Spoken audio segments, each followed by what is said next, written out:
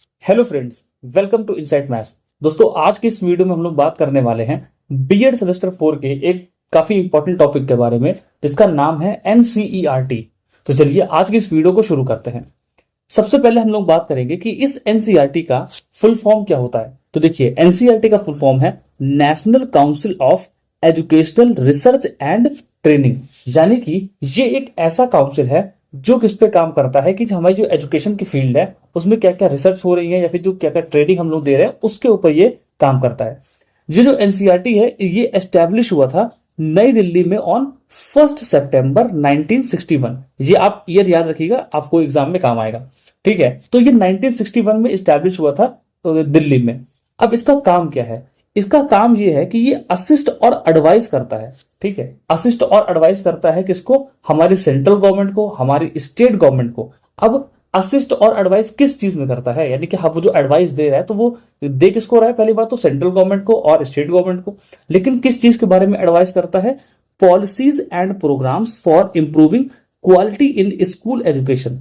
यानी कि ये एक ऐसी काउंसिल है जो क्या करती है? सेंट्रल गवर्नमेंट को और स्टेट गवर्नमेंट को क्या करती है? एडवाइस देती है, असिस्ट करती है, जिससे कि वो लोग कुछ ऐसे मतलब कि असिस्ट करती है वो भी किसमें? जो पॉलिसीज बनाते हैं, जो फिर जो प्रोग्राम बनाते हैं, जो जिससे कि हम लोग की जो स्कूल की एजुकेशन है वो अच्छी हो पाए।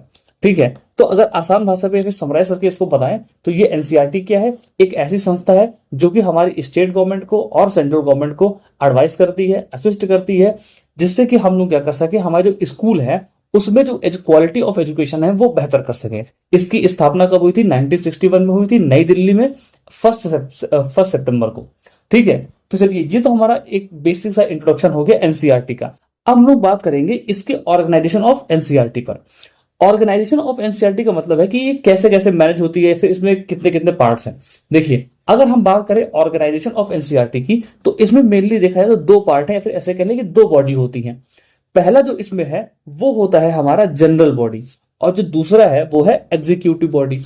ये जो जनरल बॉडी होती है इसमें कई सारे लोग हैं। ठीक है, ये देखिए, ये जो हमारा एनसीईआरटी है समझ लो दो पार्ट में डिवाइड कर दिया गया है और दोनों का काम थोड़ा थोड़ा सा अलग है। जैसे ये जो हमारा जनरल बॉडी है, इस जनरल बॉडी में क्या होता है? जो हमारे member of various sector such as educational expert, state representative और यूनिवर्सिटी मेंबर जो होते हैं वो इसमें इंक्लूड किए जाते हैं। ठीक है, जनरल बॉडी में क्या होते हैं? हमारे जो एजुकेशनल एक्सपर्ट्स होते हैं, जैसे किसी स्कूल के वाइस चांसलर वगैरह हो गए, ये सब भी आते हैं, कई स्टेट के रिप्रेजेंटेटिव्स भी आते हैं। तो इन सबको इस जनरल बॉडी में रखा जाता है और इनका काम क्या होता है कि ये मेनली जो एजुकेशनल पॉलिसीज होती हैं उन सबको बनाते हैं, जो भी रिसर्च हो रही होती है उन सबको देखते हैं। और इन्हीं लोगों को क्यों रखा जाता है? क्योंकि ये लोग डायरेक्टली या फिर इनडायरेक्टली काफी ज्यादा इन्वॉल्व होते हैं एजुकेशन की फील्ड में। अब कोई एजुकेशन का एक्सपर्ट है, अगर हम लोग उसको कोई भी पॉलिसी बनाने में या फिर कोई भी रिसर्च करने में नहीं रखेंगे तो जो एजुकेशन का लेवल हो जाएगा वो कम हो जाएगा।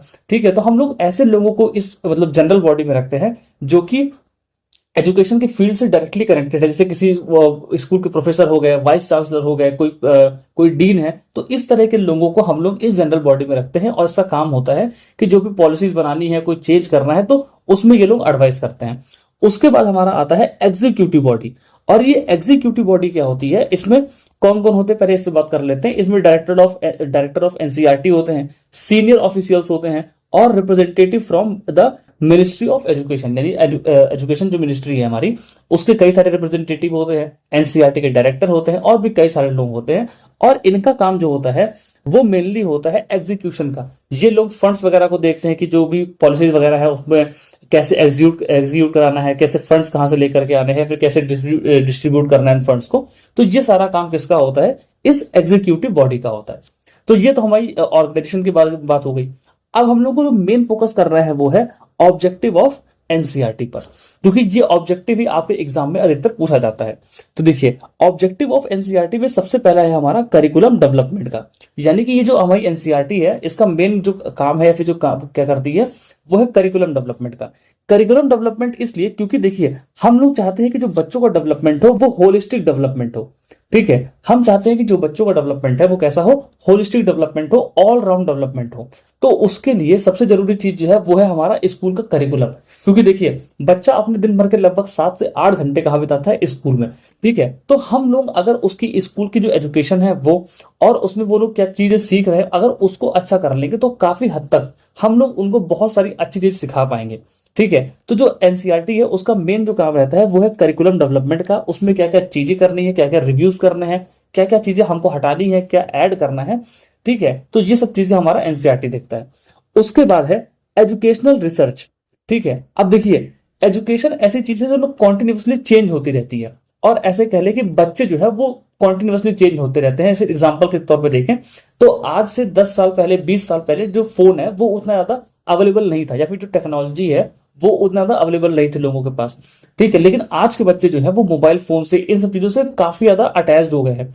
ठीक है, तो अगर हम अभी भी सोचेंगे कि हम बच्चों को उसी पुराने मेथड से पढ़ाएंगे, जैसे कि लेक्चर मेथड हो गया, ठीक है, बोर्ड पे लिख लिख के पढ़ाएंगे, तो इस तरीके से बच्चे बोर हो जाएंगे। ठीक है, तो आजकल हम लोगों ने क्या किया है, प्रोजेक्टर का इस्तेमाल किया, कंप्यूटर का इस्तेमाल किया, मोबाइल फोन्स के थ्रू हम लोग कुछ दिखा के पढ़ाते हैं। तो इस तरह की नई नई चीजें हम लोग कहाँ से लेकर के आ रहे हैं। ठीक है, तो अब ये सब चीजें हम लोग लेकर के आएंगे कहाँ पर, अपनी एजुकेशन में। लेकिन हमें कैसे पता चलेगा कि हमें इसको इन्वॉल्व करना है अपनी एजुकेशन में या फिर नहीं करना। तो उसके लिए हमें क्या करना है, रिसर्च करनी पड़ती है। ठीक है, तो जो हमारी एनसीईआरटी है उसका एक ये भी काम है कि जो एजुकेशनल रिसर्च हो रही है कि हम किस किस तरीके से जो बच्चों की एजुकेशन है उसको अच्छा कर सकें, उनकी जो पेडागोजी है, ठीक है, तो उसको मतलब किस तरीके से टीचर्स को समझाएं कि ज्यादा से ज्यादा बच्चों को हम लोग सिखा सकें। तो एजुकेशन रिसर्च में भी एनसीईआरटी का काफी बड़ा रोल है। उसके बाद है टीचर एजुकेशन। सिर्फ बच्चों की एजुकेशन पे नहीं, टीचर की एजुकेशन पर भी, क्योंकि देखिए टीचर अगर हमारे स्कूल के अच्छे होंगे तो हमारे जो स्टूडेंट्स होंगे उनका भी पढ़ाई में मन लगेगा, वो भी अच्छी तरीके से चीजों को समझना सीखेंगे। ठीक है, तो इसके लिए एनसीईआरटी ने क्या किया है, in service, in service training भी, इन सर्विस ट्रेनिंग, और ऐसे कह ले तो प्री सर्विस ट्रेनिंग भी, मतलब ये दो तरीके की सर्विस भी एनसीईआरटी लोग करवाते हैं। ठीक है, जैसे कि अभी आप लोग पढ़ाई कर रहे हैं बीएड की, तो अभी आप लोगों को क्या एक तरीके से देखा जाए तो टीचर ट्रेनिंग मिल रही है। ठीक है, मान लीजिए कल को आप कोई एग्जाम, गवर्नमेंट एग्जाम निकाल लेंगे जिससे कि आपको टीचर बनने का मौका मिलेगा। उसके बाद जब आप लोग ज्वाइनिंग करते हैं उससे पहले भी आपको ट्रेनिंग दी जाती है कि बच्चों को कैसे कैसे पढ़ाना है। उसके बाद कई सारे प्रोग्राम्स ऐसे भी चलाए जाते हैं कि जब आप जॉब में रहेंगे उस समय पर भी आपको काफी चीजें सीखनी पड़ेंगी। मैं एग्जांपल के तौर पर बताता हूँ कि पहले पहले जो टीचर्स थे वो टेक्नोलॉजी को ज्यादा नहीं जानते थे। ठीक है, लेकिन अब जैसे जैसे प्रोजेक्टर का यूज या फिर जो डिजिटल बोर्ड आ गया है उसका यूज बढ़ गया है स्कूलों में। ठीक है, तो अब जो पुराने टीचर्स हैं उनको इतनी सारी चीजें नहीं आती, उनको प्रोजेक्टर चलाना नहीं आता, पीपीटी बनाना नहीं आता। तो जो हमारे एनसीईआरटी है वो क्या करती है, जो जो ऐसे टीचर है जो सर्विस में है उनको भी इस तरह की जो टेक्नोलॉजी वाली चीजें हैं वो सिखाते हैं, जिससे कि वो लोग आज के जो बच्चे हैं उनसे मतलब कदम से कदम मिला के चल सके, उनको चीजों को समझा सके। ठीक है, तो इन्होंने बोला कि एनसीईआरटी जो है वो टीचर ट्रेनिंग पर भी ध्यान देती है, टीचर एजुकेशन पर भी ध्यान देती है। उसके बाद है पब्लिकेशन एंड डिसेमिनेशन। इसका मतलब क्या है कि जो भी चीजें हम लोग पढ़ते हैं, जैसे एनसीईआरटी की बुक्स हो गई, बहुत सारे आर्टिकल्स हो गए, तो ये सब जो भी चीजें हम लोग के पास है, जो स्टैंडर्ड मटेरियल है हम लोग के पास पढ़ने के लिए, वो भी क्या है एनसीईआरटी प्रिंट करता है। और सिर्फ प्रिंट ही नहीं करता बल्कि उसके पब्लिकेशन पर भी ध्यान देता है कि सबको जो भी चीजें हैं, जैसे मान लीजिए स्टडी मटेरियल है, बुक्स है, कोई आर्टिकल्स है, ठीक है, तो इस तरह की चीजें सबको मिल सके। ठीक है, उसकी शॉर्टेज ना हो, उसका पब्लिकेशन टाइम टू टाइम होता रहे, और अगर उसमें कोई चीज रिवाइज करने वाली है, कुछ मिसप्रिंट है, फिर कुछ भी चीजें हैं, तो उस पर भी ये लोग ध्यान देते हैं। उसके बाद है पॉलिसी एडवाइजरी रोल। इसका मतलब कि अगर हमें एजुकेशन की फील्ड में कोई भी कोई पॉलिसी बनानी है, ठीक है, तो उस पॉलिसी में रिसर्च कौन कर रहा है, हमारा एनसीईआरटी कर रहा है। तो उसमें अगर कोई चेंजेस करने हैं, कुछ नया इंक्लूड करना है, या फिर उसको लाना है या फिर नहीं लाना है, उसके प्रोज बताने हैं, कौन बताने हैं, तो ये सारा काम भी किसका है, एनसीईआरटी का है। ठीक है, तो यहाँ पर पॉलिसी एडवाइजरी रोल में कि अगर हम कोई नेशनल एजुकेशन पॉलिसी लेकर के आ रहे हैं, ठीक है, तो उसमें भी क्या क्या चीजें रहनी है, क्या क्या नहीं रहनी, उसमें भी एनसीईआरटी का काफी ज्यादा रोल रहता है। वो बताते हैं कि ये चीजें होनी चाहिए और ये चीजें नहीं होनी चाहिए। बस ये बता सकते हैं, फाइनली करना है या नहीं करना है वो अलग बात है। ठीक है, वो इनके हाथ में नहीं है, इनको एडवाइस करने का, असिस्ट करने का काम है बस। उसके बाद जो है यहाँ पर कोलैबोरेशन एंड नेटवर्किंग। अब देखिए, अगर हम चाहते हैं कि हमारे बच्चे जो हैं वो डाइवर्स चीजों को समझें, तो हमें क्या करना पड़ेगा, कोलैबोरेट करना पड़ेगा अलग अलग लोगों से, अलग अलग स्टेट से, अलग अलग नेशन से। ठीक है, इसको नेशनल लेवल पर भी और इंटरनेशनल लेवल पर भी हमें लोगों से कोलैबोरेट करना पड़ेगा। उससे होगा क्या कि हम वहां के कल्चर्स को, वहां का जो इनोवेशंस हैं उसको सीख पाएंगे और यहाँ से हम अपनी जो नॉलेज है उसको भी ट्रांसफर कर पाएंगे। इससे होता क्या है कि हम बाहर की चीजों को भी सीखते हैं और अपनी चीजों को भी बाहर भेजते हैं। तो इस तरीके से जो हमारे बच्चे होंगे वो अलग अलग देशों की जो कल्चर्स होंगे या फिर जो उनमें टेक्नोलॉजी यूज हो रही होगी, ठीक है, उस सब चीजों को भी सीखेंगे। तो उससे हमारे बच्चों का जो डेवलपमेंट है वो काफी अच्छा होगा। तो इसका एक ये भी काम है कि ये बाकी देशों से या फिर बाकी स्टेट से कोलैबोरेट करे और नई चीजों को अडॉप्ट भी करता जाए।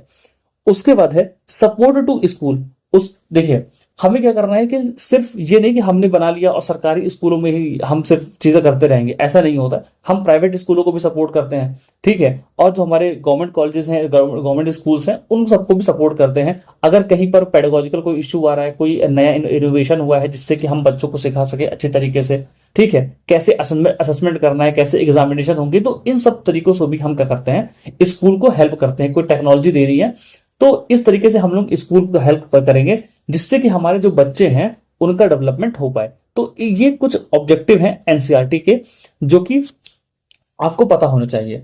और बस इतना ही था इस टॉपिक में। आई होप आपको ये समझ में आ गया होगा। और तो इसमें कुछ है नहीं जो कि खास बताने लायक है। तो बस आज की वीडियो में इतना ही। अगर आपको वीडियो हेल्पफुल लगा हो तो प्लीज इसको अपने दोस्तों के साथ भी शेयर कर देना। कोई भी डाउट अगर फिर भी रह जाता है तो आप मुझे कमेंट सेक्शन में कमेंट करके बता देना। और हाँ, इसके जो नोट्स हैं वो आपको हमारे टेलीग्राम चैनल पे मिल जाएंगे। टेलीग्राम चैनल का लिंक डिस्क्रिप्शन में है, वहां से देख के चैनल को ज्वाइन कर लेना। आपको ये वाला पीडीएफ भी मिल जाएगा और मैं इस एनसीईआरटी के कुछ अलग से भी शायद नोट्स देने की कोशिश करूंगा, ठीक है। तो बस आज की वीडियो में इतना ही। मिलते हैं अपनी अगली वीडियो में, तब तक के लिए बाय बाय।